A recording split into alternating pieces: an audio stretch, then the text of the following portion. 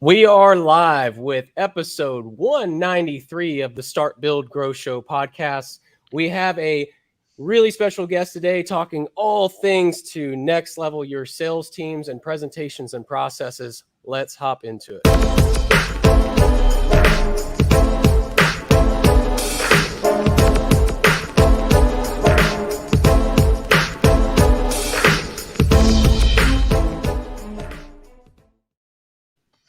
What's going on, everybody? Feels good to be back. It's been a couple weeks, I think, since we've had a podcast. Isn't that right, Randy? Yeah, been a couple weeks. You went on vacation, and we took a little break there, but we're back at it and ready to bring the heat again. Um, However, this is a roofing podcast, and a lot of you, a lot of roofing owners, roofing contractors, a lot of people who follow along in the roofing space, follow the show. Appreciate all your love and support for the show. We're going to dive in and bring an amazing story. We got Dean Curtis on here. He's the current CEO of Ingage. I mean, arguably one of the fastest growing, tech companies in the space that's just completely revolutionizing the way we conduct ourselves from a sales perspective. But before we dive into that, guys, one of our brothers has passed away today, and I just got wind that a brother to the show. He's been on the show, good friend of to mine, Connor, and the whole industry, Mr. Ben Menchaca. We just want to send out our condolences to the family. We love you. Rest in peace. Godspeed, my friend. And if you guys don't mind, I want to take just about 10 seconds to do a little just moment of silence for our brother and friend of the show, Mr. Ben Menchaca.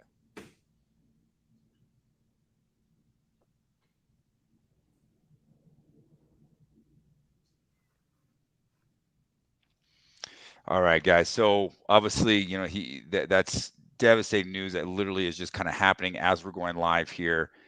So send your condolences. Go on, a lot of stuff going on Facebook, and then we'll make sure to send our love out, to his family. There, I know Dmitry Lipinski just posted up a GoFundMe, and so we want to do whatever we can to kind of support them and their families. We do have business. We do got to work. We do got to, bring home some great content and make this happen for our viewers and our fans as well. So sorry to throw you into that, my friend Dean, but it's exciting. I know from a contractor and also from a business coach with what we do at the academy. We've been working with Ingage now. We built out a handful of different presentations, and I can tell you, like, our solar presentation is like awesome. Like, the way it's delivered is super cool. But we'll get into some of that stuff. But hey, we have the CEO of Ingage, Mr. Dean Curtis, with us today. Welcome to the show, my friend. Thanks so much for having me. Condolences to the family. Awful news to hear to start this out, but it's just a quick reminder, right? That life is a gift. Let's take advantage of every moment that we have. So, thanks for having me. I appreciate Absolutely. So generally, I guess I'm cutting you off here, Connor. Maybe jumping in here. Generally, with each guest, we want to get some background, man. Dean, how did you get in the roofing space? You're the current CEO of Engage. I believe you were promoted to that level, or you came in to take over as CEO. it. But before we dive into that, like, what's your background and how did you get into the tech space, the roofing space, and just kind of share your story with us a little bit. Yeah, sure. I'll give you it's a long history, but it goes pretty quick. So, graduated college with a degree in education, and was a classroom teacher for 5 years before deciding that I wanted to try my hand at technology. I had the opportunity to start at a program with Oracle. Many people have probably heard of Oracle, massive, software company, and quickly got into the technical sales world at Oracle. Graduated out of a class of it was interesting. We had like almost 35 people in our class. I think 6 of us actually finished it. So it was like a boot camp, if you will, for people getting into the industry of technical sales. I never knew technical sales existed. I was an education guy. I have a degree in mathematics. Never thought I'd be in sales of any kind. But quickly realized that was a skill that I had, and I actually really enjoyed it. So I was the technical arm of a sales team, migrated through several different companies, elevating in leadership. So from Oracle to a company called IntelliSync. We used to, if you ever had a BlackBerry, you synced it with your desktop computer, that was our software. So from software, went on to hardware, worked for Palm, then went on to Apple, and then joined the company where I am now as the chief operating officer, and then was elevated into the CEO role. So kind of an interesting path. I never set out to be like, I'm going to be a CEO someday, but here I am. Yeah, man, I'm gonna tease my man Connor here because I got a couple of years on him, and maybe you and I have a couple of years on him.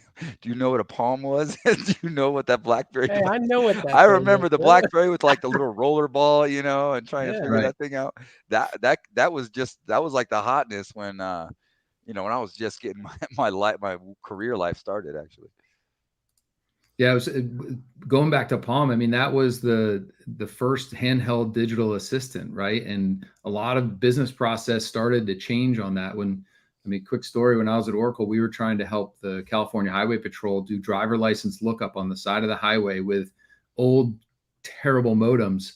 And what the problem was is when we delivered the software to the California Highway Patrol, all the units came back broken. We're like, oh man, these things are supposed to be rugged. It's gonna be amazing. What they were doing is they were actually backing over them with their car because they didn't want to adopt the change. And the Oh, wow. interface that we had kind of put together was very clunky and very difficult to use. And this is late 90s. This is a long time ago. So just interesting how technology adoption has always been a struggle for some folks ever since the beginning of mobile technology back in the late 90s. So Yeah. That's interesting because I feel like, obviously Apple is the big name, and you correct me if I'm wrong. Are they already on like Apple 38 and they're just now like releasing 13, 14? Like, how does that work? Is it that are you that far ahead and you just like slow play the release? How does that generally work? I'm totally off topic here, but I'm just curious. well, it's very relevant, right? Because technology takes a while to develop, right? So our company, we have stuff that we're developing and have been developing for a little while now that isn't quite out yet, right? And I can tell you, so I spent 8 years at Apple in the basically what we did is we released when the iPhone 3G was released. That's when I was brought on board to help get adoption for the iPhone in business. Back then, it was a great shiny toy. And we were consistently collecting feedback from our customers in the Fortune 500 to say, hey, this would be Fortune 500 ready if it did X, Y, and Z. And it would take several years for that feedback to get into the development process, whether it's software or hardware. But iteratively, that's how it's developed. I would guarantee that there are things in the labs at any tech company right now that are 3, 4, 5, 10 years in the making that come to fruition. I'll give you a specific example. I left Apple almost 5 years ago. The project I was working on just launched about 3 months ago. Wow. Yeah. So it's training and certification for enterprise. You can now go and get a certification badge for enterprise Apple stuff, and that was the last project I worked on when I was at Apple. Wow, cool. man, we're definitely in the dark ages with roofing. It's like we got an idea, let's try to implement it tomorrow and see if we can figure out. We're playing defense quite a bit, and technology is all about playing offense, right? You got to be 2, Yeah. 3, 4 steps ahead of the market. Yeah. We see that with a lot of the roofing customers that we work with. Like there are some that they see Engage and they're like, I need to do this, and they grab some of our templates. They get rolling right away. Some folks, it takes several different iterations of getting back in front of them to say, hey, I think now's the time for me to implement this in our business. I think like anything, you're going to have the adoption curve. You're going to have your early adopters. You're going to have your laggards and everything in between. Yeah. Cool. We got you freezing up a little bit on the screen here. So if you want to, oh, there it goes. It just unfroze. I don't know if your bandwidth is a little bit off there, but anyway, yeah. So I got a question for you, Dean, if you don't mind, if I hop in, Randy, about just a little bit more specific around Engage and its incredible tool it provides the industry. And I'm not trying to do a bunch of plugging here, but Engage is obviously you guys sponsor the show, which thank you for doing that. But more than that, you guys offer a great resource to the industry. And just curious, like Randy uses the product through Elite, I know, and I have my roofing company. I haven't had the pleasure of using it, but definitely have a desire of implementing that in due time. But what does the growth pattern look like for you guys over the last few years? Like, I don't know if we already asked this question, but like, Ingage, like how long it's been around in the roofing industry, and then like, you know, from your guys' standpoint, just some of the, not, you know, the full elevator pitch, but just kind of like what gives us, you know, can give us a little bit to work off of like why Ingage is different from just like a PowerPoint presentation, and just kind of some of the stuff about it specifically. Yeah, I'll give you a little bit of the history of the company. So the company itself has been around since 2008. So we were the first company to build books for the iPhone. And what happened was very quickly, Apple saw that was a pretty lucrative market and created iBooks. So we were on to the next thing, which was creating magazines for the iPad. And Apple figured that was a pretty good business too. So we took that technology though and built out an organization to help the Fortune 500 to build very robust digital sales aids. So everything from programs for the Super Bowl to magazines like Esquire, we were at the forefront of building really good custom content for publishers as well as enterprise. So we were very focused on the pharmaceutical space. And what we realized, this is before I was at the company, but what the company realized was in order to really scale that business, it wasn't effective enough to do all that work for people. You needed a piece of software that anyone could build those rich interactive experiences, right? So if you remember the Chevy Volt, right, at the time was one of the most amazing, you know, electric vehicles on the market. We actually built the promotional materials and the interactive sales presentations for Chevy Volt at the launch. Those cost a lot of money for Chevy to build. But the reality is everyone in the market wanted something very similar to promote their product, right? So your product, your service, what you do for the market, and bringing in interactive technology on a touch device was what the real core of what our company was good at. And interestingly enough, in my role at Apple, we were partnered with Ingage. And we were saying, we were trying to drive them towards the idea of why don't you democratize the creation of this really rich interactive content by building an app that anyone can do it. You don't have to spend $100,000. You literally don't, literally $1 million presentations that some of these people were building, which for the Fortune 500 is great. Sure. But for a 10-person roofing company, never going to do it, right? So what we did is we convinced, this is in my role at Apple, we convinced the company to really think about creating a piece of software for everybody. And that's what they did. And in that process, they recruited me and another guy over to help lead the change of the company from a digital agency to building this software platform, which is Ingage. In the early days, we were going after anybody who would see this as a valuable piece of software. And we found a number of contractors who latched on to the idea that they could create amazing content that's interactive and really captures the attention of the person that they're selling to, that they can then measure the impact that it's having on their sales because they had the ability to share it with their team in a robust way so that every one of their salespeople had the opportunity to have the latest and greatest presentations on their iPad when they went out to sell. So like, it's interesting. We iterated on this model of creating digital content for others to being able to give people a platform so that they can create the digital content for themselves, share it with the team, and then measure, most importantly, measure on the other side. So a long-winded answer, but your question about like, what makes it different, it's really about not only the content. The content is why people come.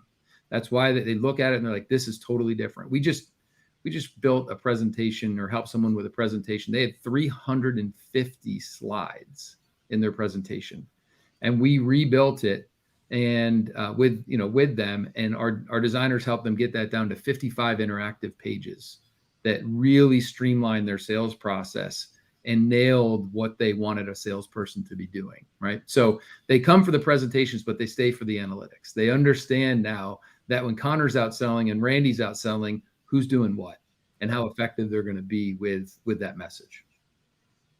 So can you share a little bit more about that? Just like as far as, and I don't want to get too in the weeds with it, but just, yeah, I mean, you're obviously presented as a presentation tool, right? But from the analytics side, there's not as much as I'm sure that part of your business is taken very seriously. And we don't talk about that much when we, at least from our perspective, when we talk about Ingage or think about Ingage, it's like, man, this is a really cool, like all the sliders and all the, like the cool Right. pieces of the presentation, but not so much the analytics. So can you speak a little bit to that and like, what maybe offering just value specifically to the listeners of some sort to around like what they should be tracking or how you guys go about tracking your own KPIs or stuff that you're doing within your presentation tool? Absolutely. So imagine, I mean, every contractor has a presentation that they're delivering, right? But they usually have no idea how it's being delivered in the home, right? They know that they've trained and everybody is spending a ton of money and a ton of resource and a ton of time on training. Yep. And they know that they've educated their sales team to say, you're going to start here, you're going to then move over to here. If they ask this question, you might go over to this section, but you want to spend the bulk of your time talking about these things.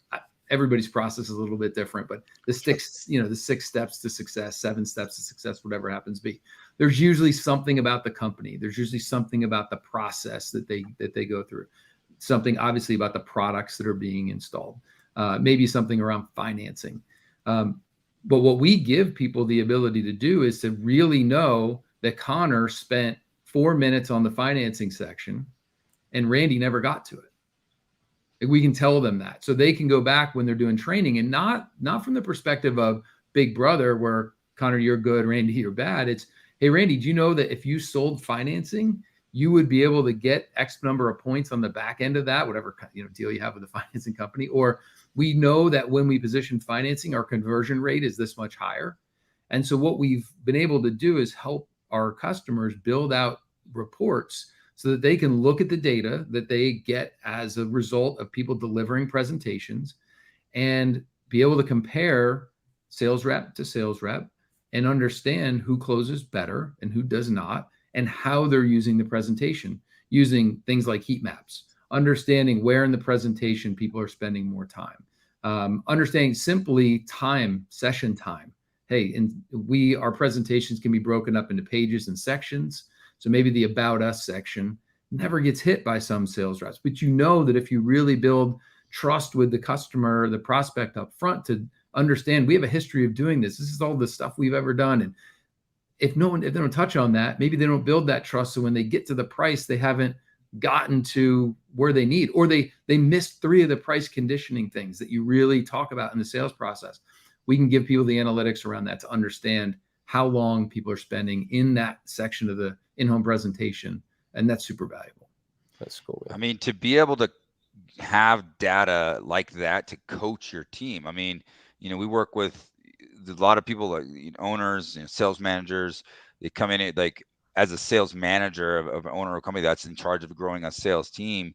Our objective is to help our team get better and help them improve their closing ratio, improve their value proposition, improve, their delivery and how they, close and how they, take care of their clients, but there's never really been a tool to get that to that level of detail to say, hey, you did a whole sales presentation, you didn't get the deal. Now I can look at the data and say, this piece you spent this amount of time, this piece you didn't spend any amount of time. You can kind of reverse engineer and figure out like, this is why you went wrong. Let's do a training and focus on that and get you better at that specific piece. And I mean, that you're right. That's very, very valuable. And also to the point of like, Connor he increased his close rate by 15%. And Randy, you stayed steady. But did you know that when Connor's presenting, this is the path he takes through the presentation? Yeah. He spends a little more time here than you are. Maybe Connor can teach us a few things about how he's positioning that, whatever it is. Like, I don't know, roofing any, all that well. But I can tell you that if someone's successful, I'm going to go try and find out what they're doing. Sure. Right. Yep. And that's the key. I think some people think of analytics as I have the eye of Zoran on you. I'm going to look, and that's not it at all. It's really just helping people to be their best and learning from each other. I think we can show that in a lot of the analytics. Yeah. Absolutely. And those individual coaching sessions are vital to growth. Like I actually had this conversation just recently of, the role of a sales leader is not just to, set goals and follow. Like the role is to develop your sales team and develop the people and help them just get better and be the best versions of themselves.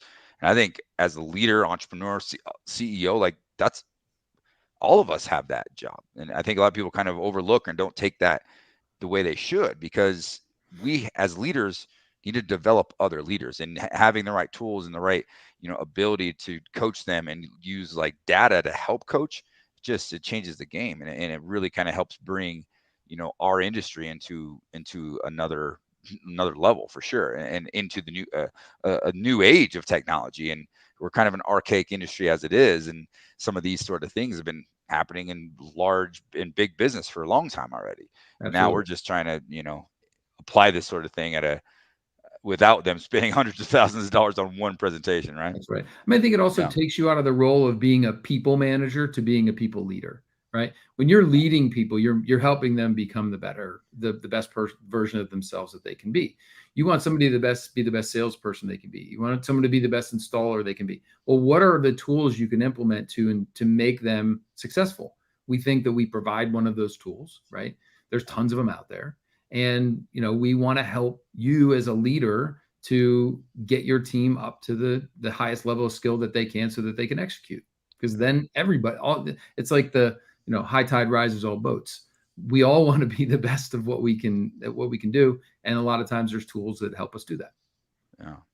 Can we let's shift gears, and let's hang out there a little bit. I mean, you're the CEO of a tech company, of a growing tech company. What are some of the metrics of, one, the growth that you guys have seen already? Mhm. And maybe give us some, from an outside, that we hear a bunch of roofers talk all the time. Great. It's fun. You hear me and Connor blab all the time, but like, from a different perspective as a leader of a tech organization, what would you say are some key elements to, that you like to employ, or you can give? I'm a CEO, Connor's a CEO, like give us some advice and tips on, how to lead and develop others to achieve those goals. Yeah, I think number one is clear lines of communication, right? So giving the team as many vehicles as they possibly can to give feedback at all levels, right? One thing I do as a CEO is I have office hours every week, or every other, I think it's every other week now, where I literally just start a Zoom, and anyone in the company can join that Zoom and ask me literally any question.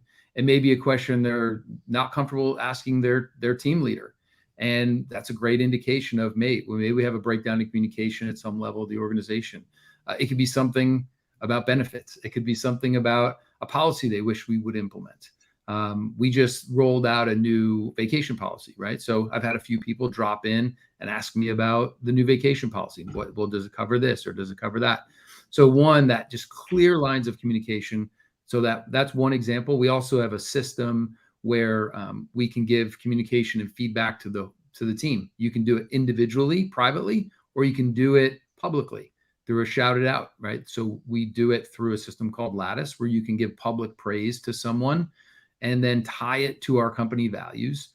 So that's big as well, because you want peer recognition just as much as leadership recognition. And if people feel comfortable giving each other feedback, that allows the leadership to sit back and let the culture grow from the bottom up, rather than having the culture grow from the top down. So communication, whether that's to leadership or in the company from peer to peer, is, I think, critical.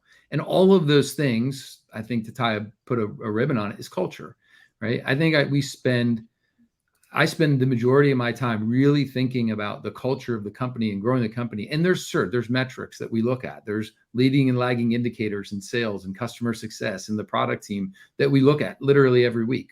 But it's just ultimately it's the culture, that we drive. We have leadership drives culture, culture drives behavior, behavior produces the results, right? You can't have results without great behaviors. Well, you can't have great behaviors without an expectation in the culture, and you can't have a great culture without great leadership.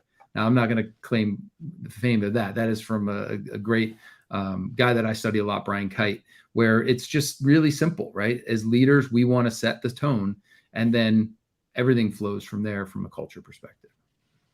Man, I love that. I know it's easy to get into the minutia of the products and all that stuff, but man, I'm all about, like, I think the viewers or listeners want to hear. We want to get better as CEOs. We want to drive the culture and grow our business. And thank you for sharing. That's great insight, Connor. I keep hogging the questions there, man. What you got, my man? No, you're good. No, that's all good stuff. We love, I mean, that's Randy and I, breathe that. I mean, that's our, if we could talk about anything on the day to day, I think it would be just that. Like, how do we create real change and culture, effective culture dynamics and stuff. So that's good that you shared that. Um, I think a question I have just as and I guess it's amazing. Maybe this is a stupid question, but it's just out of my own curiosity. Like looking at your product, like you're in, just quick glance, like you're in pharmaceuticals and you're in like, you got from a standpoint of like, you guys aren't just like specific to roofing, right? You do a bunch of, you're assisting in a lot of different industries. What specifically, but it also looks like you are very intentional about being in some of the home improvement space, right? Like you're not just in roofing, like you guys work with some solar side and windows and siding, all this different stuff. So like what specifically drove you to be, I think, maybe a little bit more home improvement leaning than maybe, another space? Like there's tons of different industries out there. So what brought Ingage more so to the home improvement space? When we first brought Ingage to the market, we went after everybody. Anybody who we thought could be a target to build have a great presentation on the iPad. But the problem is that's too big of a market. Like there's a reason that a lot of roofers focus on insurance, and that because it's a captive market, it's very consistent in terms of how to sell, how to generate leads, how to fulfill them, where the product, like so as you think about growing a business from the ground up, which is what we were doing, we had a handful of home improvement companies that came to us. We started with our first customer was New Pro. So I don't know if you guys know New Pro up in the Boston area. And dealing with Nikki and his team and Pete Ladd, who was their director of training, they were out looking for a new platform to replace something that they were using that they could leverage, that would provide a better team experience for their team when selling. And that helped us to really refine the focus of our product. Rather than being a presentation tool for everyone, we iterated on our product, and the product market fit part of the go-to-market to say, really what we're helping people do is if someone has something of high value that they're trying to sell that has a big ticket item, right, and is complex. So if I'm selling a roofing deal, it's complex. The person who I'm selling to doesn't replace the roof every day. It's very different even from someone who's buying a car, because you buy a car, I would say relatively consistently relative to how often you replace your roof, or how often you replace your windows or your siding, or do a bathroom project or do a kitchen project. So we realized, A, this is a really big market to go after. B, it's ripe for innovation because, Randy, you said it earlier, like not everyone is as tech forward as the next guy. So there's a lot of opportunity to bring people into a more tech-centric workflow in terms of how they're selling in the home. And our product was perfect for the visual nature of what you were selling. Right? So if I'm going to sell you a roof, I need to be able to visualize the layers of the roof, because I don't ever, as a consumer, get on the roof and understand all the different layers that go into creating a really good protection for my house from the elements. I don't think about that. I have no idea. But in the sales process, you need to educate me on that, because each of those things adds incremental cost. And if I don't understand the value of those things that are going into the pricing of a roof, I might not buy from you. So what we were able to do in all of these different areas within home services were to really help them build the value ladder for their customer to understand all of the different things. It was a big education process. It's a high ticket item at the end of the day. So being able to put that in a form that was, one, repeatable for the sales team, right? Getting a little technical, like we have the ability to lock in a presentation so the sales reps can't change it. What a lot of folks were finding out is they were creating content and the salespeople were messing with it when they got out in the field, and it really wasn't what they trained on.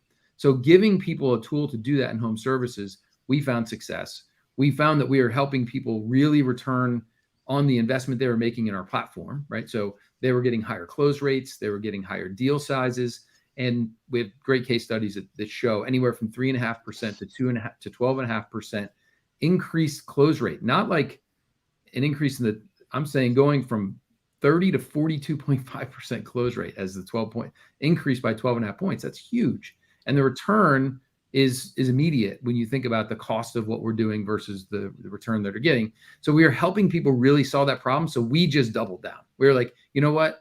We're going to stay focused on this. It helps us build our lead generation strategies, our go-to-market strategies, our customer success strategies, and in our platform, especially the content, right? Because we want to enable customers who come to the Ingage platform with really good content from the beginning, so they don't have to start with a blank canvas. We want them to start with as much ready-made content that they maybe just have to edit or tweak rather than creating from scratch, because not everyone we talk to is a presentation designer. They're a roofer. Yeah. They're replacing siding. That's their skill set. So it helped us to really get focused on all those things that make a customer successful. Yeah. That's good, man. So let's, I guess it's kind of take a quick break here real quick. With the get some commercial love break. to the sponsors for sure. That's what I was going to That's what I was going to do. I was going to go ahead and do that. So we'll go ahead and do a quick commercial and we'll come back.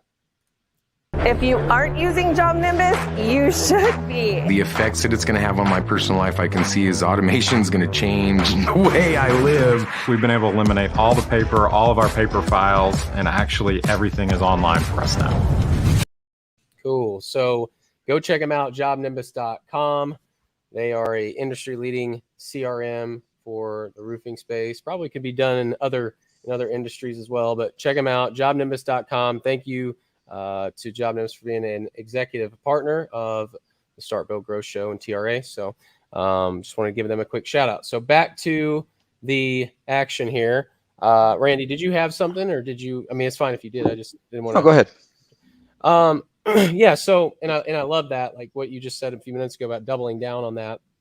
I think specifically just like your product from the standpoint of you kind of hit on that right at the very end of what you said in your last piece, which was like kind of the, not everybody's thinking about how much of an impact their presentation can make on the users or the client end experience of how well something is displayed or explained or all that sort of stuff. But from the standpoint of, and I don't want to get too much in the weeds here, but just like, from your standpoint, obviously you guys offer a great technology, but I know to some people it's probably a cumbersome activity to sit there and say, okay, I'm going to dedicate time to building out a presentation. And from your standpoint, I know Randy, excuse me, I got a frog in my throat today for some reason. Randy, with Elite, like his is very elaborate and like great level of detail into what went into that type of presentation. So can you speak a little bit to kind of when you get someone in and again, like not trying to, plug this away, like, but like, what is usually the process that you take someone through as you're onboarding them with someone that's just like, hey, I'm just a roofer, or I'm just a guy or guy or gal that works in the home improvement space, like, and being able to actually get them to a polished presentation and kind of like, can you explain a little bit of that, what that looks like on your end and what type of tools you provide? Yeah, sure. And it gets better every day because the more customers we take through our onboarding journey, the more we learn about the contractor business and we can provide better samples up front, right? So we have a set of templates that we provide to all of our customers when they start. And those are everything from, we have an example called the Hoyt Renovators. And some people actually think that it's a real company because it's so professionally polished that they're like, I don't want to steal their stuff. We're like, no, that's just a sample that our design team came up with. And you can literally take that and plug in your own information and get up and running in a very short amount of time. So that's one strategy, is providing good templates that people can use. Now, most people have a very defined sales process that they go through, and being able to take a lot of what we provide and then edit it or modify it or augment it with their own sales process does take time. The most successful customers we have will dedicate a certain amount of time each day, week in order to get up and running. We've seen people get up and running in a matter of days, single-digit days, and we've seen people take months to get up and running. And it just depends on the level of commitment from the company from the company that we're working with to really implement that change. Because it's not only the presentation that takes work. It's updating your sales process, training those sales reps on a new way to present. That may be a decent lift for some folks, but once it's done, the return is usually pretty significant. So it's work. There's no question. There's a change management process that you have to go through with any piece of technology. I would say, going from paper forms to a configure price quote tool is probably pretty big too, right? Yep. And it's important to make sure you're taking the time to really think through the training, the not only just the building of the presentations, but the training on how you're going to use them and how you're going to roll them out as well. Because it is a change, no question. And we're constantly looking at it from a product perspective on how can we improve that, right? So one of the ways we're doing that is through our relationships with the building product manufacturers, right? So if you are, I'll give you an example. If you are an Owens Corning customer, and you install Owens Corning roofing products, you can get an Owens Corning product presentation for free from Owens Corning in Ingage. And we can very easily link that from your company story to that product section with literally the click of a button. So we're building out more of those relationships. We have 40 different relationships with product manufacturers now as a way to also streamline that content creation, because it reduces the amount of stuff that you have to do as a contractor, because all that other content is ready-made for you and ready to go. Cool. Yep.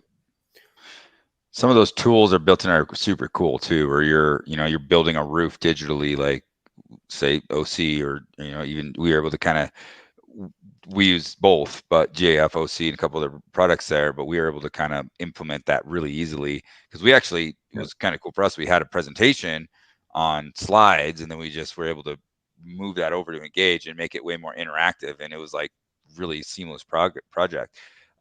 But you mentioned here too on the quoting side, so our way we deliver is, especially we're in a hyper competitive market. Hard storms are not prevalent. It's everybody's like competing at a high level for every little scrap of roofs you can get.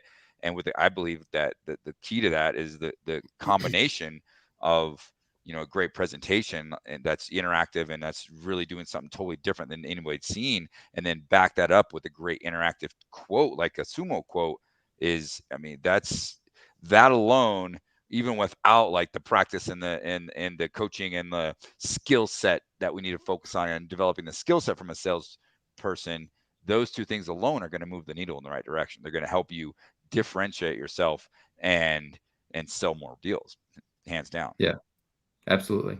When you present that quote and sumo quote, right, and they really understand every line item in that quote and they sign faster, like that's the key, right? But so many times you bored them to death with a 80-page deck that you have to go through one slide at a time, and people don't remember anything, right? Yeah. But getting interspersing a video or an interactive element that really catches their attention, it seems simple, but it's incredibly powerful. Yeah, no doubt. I would say, as we'll probably start to wrap, but like I keep jumping in here, but it's super cool, because one of the things we've done, and one of the pieces I didn't realize up front that you guys have, you can build a video in the background and have like key bullets on top of that video. So what we've done with our solar space is we got a video like just of an actual like coal energy plant in the background.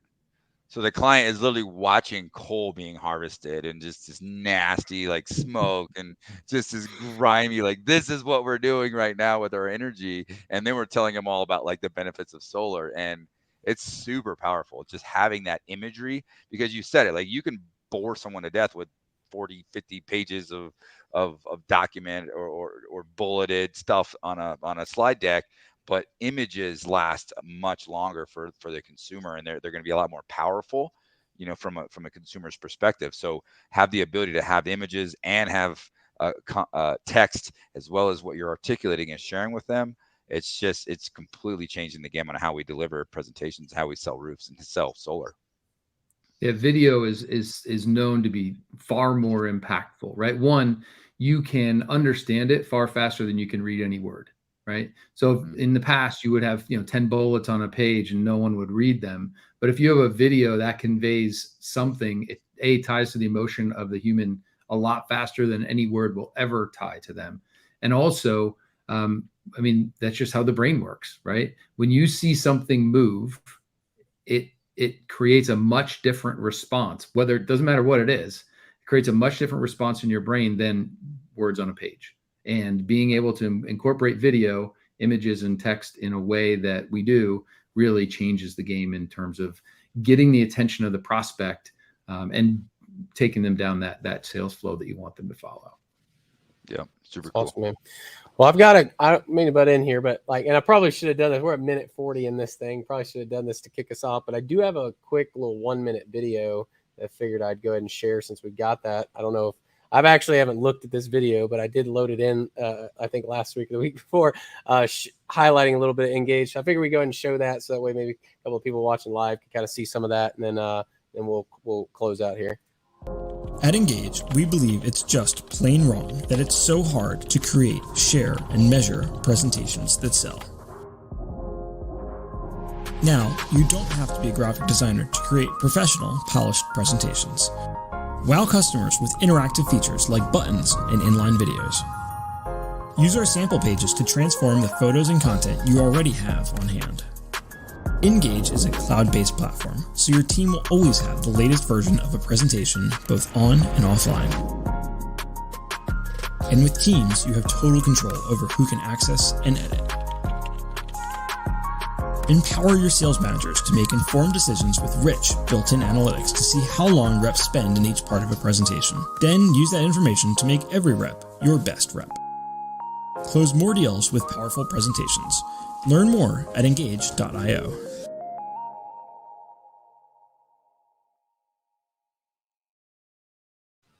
It's good there. Let's get a little overview. So, Randy, I'll kick it back over to you to close us out. And I just wanted to make sure that the viewers that are watching live could see that.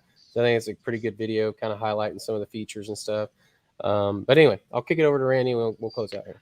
Yeah. So I want to just kind of reiterate something that I kind of talked about a little bit earlier. And obviously, yeah, we're talking about sales and sales strategy, but the thing I'm probably passionate most about is leadership and developing myself and others as leaders. And I think that is the key to being a great leader is, you're on a journey. You're never going to be the greatest leader. Okay. That doesn't exist. The perfect leader doesn't exist. And I think embracing the role of, in order for me to continue to grow as a leader, my job is to develop other leaders. And it's like a win-win because I'm going to continue to grow as I learn from the people I lead. But if I don't take the responsibility of developing other leaders, I'm only doing half the job. So as leaders, every single person watching this, no matter what your role is or listening to this, no matter what your role is in your organization, you are a leader. You were hired to be a leader and you have the ability to develop as a leader. I'll discredit the whole leaders are born. No, leaders are made. You can learn to be a great leader. I believe in that wholeheartedly. And part of that process of being a great leader is to develop other leaders. Yep. Amen. And there'll never be enough leaders. So the world will never have enough. So anyway, go ahead, Dean. We have every Monday at 2:30, we have a leadership team meeting. It's 90 minutes. There's 5-person leadership team in our company. And we talk more on that call about developing our people into better leaders than anything else. I mean, it's always a section. We have a whole piece to the agenda every week that's about our team, who's doing great, who might need some help, where can we develop them? I mean, it is our job, and we are only going to be as good as our people, right? And I think you're spot on there, Randy. It's all about leadership. Yeah, thank you. All right. Well, let's close out with the gold nugget. We always put everybody on the spot with that. So give us your gold nugget for the show. And I know you've already dropped a few with some of the leadership conversation and importance of sales process and presentation, but give us your last word. Yeah, in this market that we're all in right now, I think it's important to consistently look at how you're doing business. And the best time to fix the roof is when the sun is shining, right? And the sun is shining on a lot of businesses right now in terms of backlogs of business that's been closed and great opportunity with a very healthy, robust pipeline. And we're looking at it, and I think everyone should be looking at, well, what happens if the recession happens, and what happens if the leads dry up, and what happens if it's a little bit harder to close a deal than it has been in the last couple of years? Because it's been a lot of people we talk to, they say it's pretty easy to close a deal because everyone wants to do a home improvement project, and A lot of people have the resources to do it. Well, what's going to happen if they don't? And I would just say, what are the things in your business that might need a little attention before it starts to rain? And we're looking at that in our business today, making sure we have good lead flows. And like everybody, we're a SaaS company, but we're just like everyone else. We live and die by the lead flows and being able to feed our salespeople and give them all the things that they can do to work. And it's the same thing, I think, in any business. So fix the roof while the sun is shining would be my golden nugget. That's good, man. Love it. All right. Well, Randy, you want to sign us off, or Let's sign out. I want to, again, man, send condolences out, Yep. for our brother, Absolutely. Ben.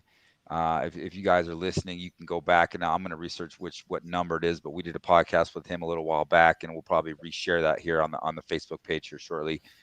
But if you've enjoyed the content, if you're just now getting exposed to the Start Build Grow Show, we're on Facebook, we're on LinkedIn, we're on YouTube Live, as well as the video archive will live on all those channels as well. Make sure to subscribe to the YouTube channel, subscribe to the podcast on all the podcasting platforms. We talked about Apple today, so obviously starting with Apple and Spotify. Make sure to subscribe, like, comment, reach out to us if you have any questions or anything pertaining to the show. We'll follow along and reach out and let us know what you think. And we're grateful for you as followers. So click that button and have a great day. God bless.